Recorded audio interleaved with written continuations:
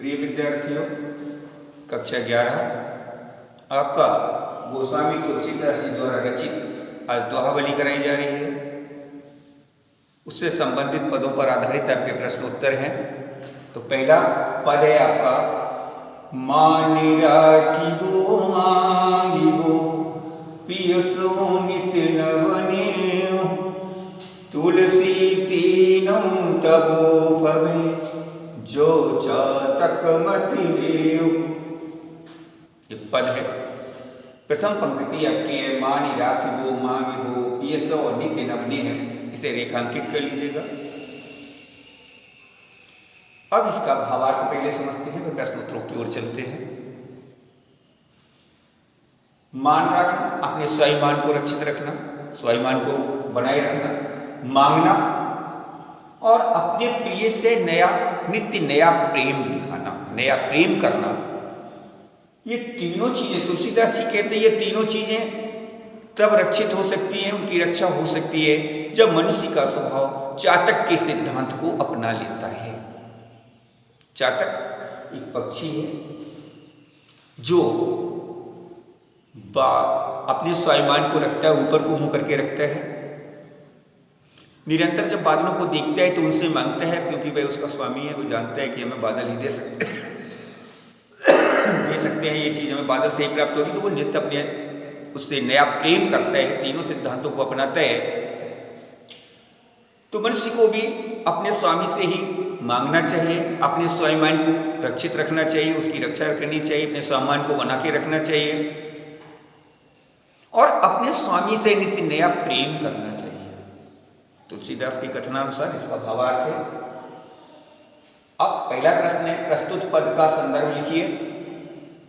तो इसका उत्तर है, ये पद हमारी पाठ्यपुस्तक हिंदी काव्य के गोस्वामी तुलसीदास जी द्वारा रचित दोहावली से लिया गया है। यह पद हमारी पाठ्यपुस्तक हिंदी काव्य के गोस्वामी तुलसीदास जी द्वारा रचित दोहावली से लिया गया है। रेखांकित अंश की व्याख्या कीजिएगा। तो आपका रेखांकित अंश है, मांग राखिबो, मानि राखिबो मांगिबो पियसो नित नवनेउ। अपने स्वाभिमान को बना के रखना, मांगना और अपने प्रियतम से नया नया स्नेह करना। ये तीनों चीजें तुलसीदास जी कहते हैं, ये तीनों चीजें तभी शोभा देती हैं जब व्यक्ति चातक के सिद्धांत को अपना लेता है, अर्थात चातक के अनुसार ही कार्य करता है। चातक जल की याचना किससे करते हैं? आपका और अगला प्रश्न है, तो इसका उत्तर होगा, चातक जल की याचना बादल से करता है। जो जल से परिपूर्ण बादल है उससे करता है। कवि के अनुसार व्यक्ति का जीवन कैसे सफल हो सकता है?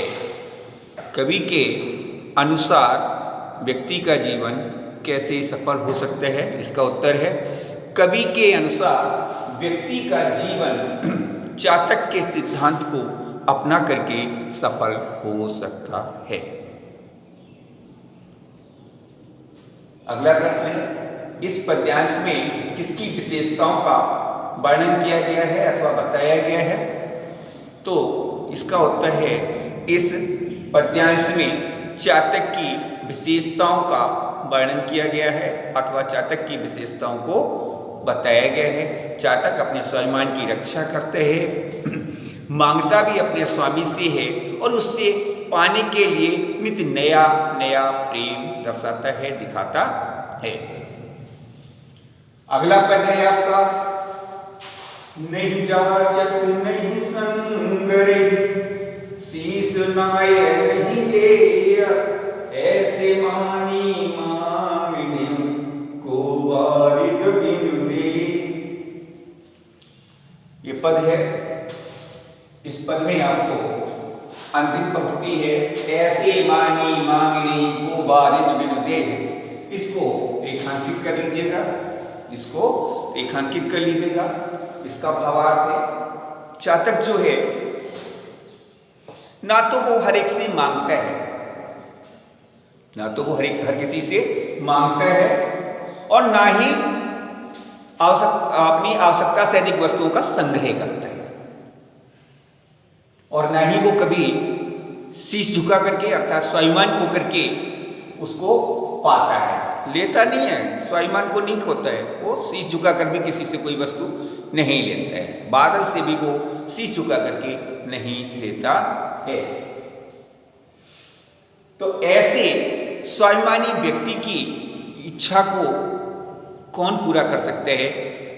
केवल बादल है जो जल से परिपूर्ण है, वही बादल उसकी इच्छा को पूर्ण कर सकते हैं, उसकी याचना को पूर्ण कर सकता है। ये भावार्थ है इसका। चातक की विशेषता है, जब बादल से देखता है तो वह उसकी ओर अपनी चोंच उठा के रखता है, मुंह खोल के रखता है। जब स्वाति नक्षत्र का जल बरसता है तो वो सीधे उसके मुख में गिरता है। वो कभी भी अपने सर को झुका करके जल को ग्रहण नहीं करता है, क्यों? जल की बूंद मुंह खुला हुआ है, उसके अंदर चली गई, इसलिए वह शीश झुका करके भी नहीं लेता है। और आवश्यकता से अधिक वस्तु का संग्रह नहीं करता है। उसकी प्यास बुझ गई और फिर उसने उसे इकट्ठा नहीं किया। इस प्रकार से चातक जो है वो स्वाभिमानी है, उसकी याचना को पूर्ण केवल उसका स्वामी अर्थात बादल ही पूर्ण कर सकता है। स्वाभिमानी। अगला प्रश्न है इस पद का के कवि और शीर्षक का नाम लिखिएगा। तो इस पद के कवि हैं गोस्वामी तुलसीदास जी और शीर्षक है दोहाबली। शीर्षक है दोहाबली। अगला प्रश्न है रेखांकित अंश की व्याख्या कीजिएगा। तो रेखांकित ऐसे मानी मांगने को बारिंदे, ऐसे स्वाभिमानी याचक के लिए उसके स्वामी के अतिरिक्त अर्थात बादल के अतिरिक्त कौन उसकी याचना को पूर्ण कर सकता है? क्योंकि चातक ना तो हर किसी से याचना करता है, ना ही आवश्यकता से अधिक संग्रह करता है, और ना ही वो अपने स्वाभिमान को खो करके किसी वस्तु को पाने की कामना रखता है। चातक जल ग्रहण कैसे करता है? चातक बादलों को देख करके उसकी ओर अपना मुख करके खोल के उसी से मांगते हैं, और जब बादल स्वाति नक्षत्र के जल को बरसाते हैं, स्वाति नक्षत्र का जब जल बरसता है तो चातक अपने मुंह को खुला होने के कारण बादल की बूंद, उस जल की बूंद सीधे चातक के मुंह में जाती है, और इस प्रकार में बादलों से जल को ग्रहण करता है। चातक किस नक्षत्र की जल बूंदें ग्रहण करता है? इसका उत्तर है चातक स्वाति नक्षत्र। फिर से सुन लीजिएगा, स्वाति नक्षत्र की जल बूंदों को ग्रहण करता है। स्वाभिमानी चातक की याचना को कौन जानता है? तो स्वाभिमानी चातक की याचना को उसका स्वामी बादल जानता है, बादल जानता है। जो जल से परिपूर्ण है, जो देने में सक्षम है, उसका स्वामी है, वही उसकी याचना को जानता है। आपका दोहाबली आज समापन हुई।